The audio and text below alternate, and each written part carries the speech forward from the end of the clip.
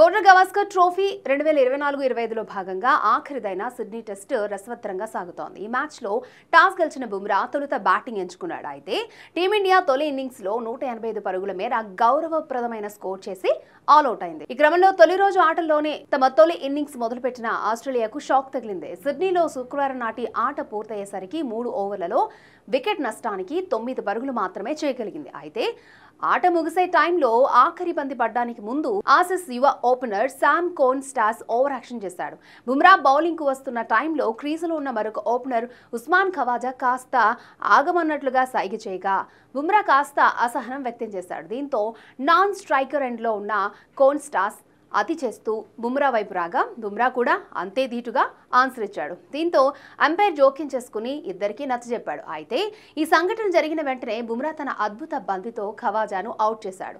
ఆ వెంటనే బుమ్రా కోన్ స్టాస్ వైపునకు రాగా అక్కడే ఉన్న యువ పేసర్ ప్రసిద్ధ్ కృష్ణ కూడా కోన్ స్టాస్ కు కౌంటర్ ఇచ్చాడు. దీంతో ముఖం మార్చుకున్న 19 ఏళ్ల ఈ టీనేజర్ ఆట ముగిసిన నేపథ్యంలో నిరాశగా మైదానాన్ని వీడాడు. ఇందుకు సంబంధించిన వీడియో నెట్టింట వైరల్ గా మారింది. ఆఖరి బంతికి అద్భుతం చేశావు భయ్యా అంటూ టీమిండియా ఫ్యాన్స్ బుమ్రాపై ప్రశంసలు కురిపిస్తున్నారు. కాగా కోన్ స్టాస్ కు ఇలాంటి ఓవర్ యాక్షన్ కొత్తేమీ కాదు. మెల్బోర్న్ లో తన అరంగేట్రం టెస్ట్ లో కోహ్లీతో గొడవ పెట్టుకున్న కోన్ స్టాస్ కు బుమ్రా తనదైన స్టైల్లో ఆన్సర్ ఇచ్చాడు. ఈసారి తనతో నేరుగా పెట్టుకున్నందుకు ఆసీస్ ను దెబ్బతీసేలా వికెట్ తో ఆన్సర్ ఇచ్చాడు.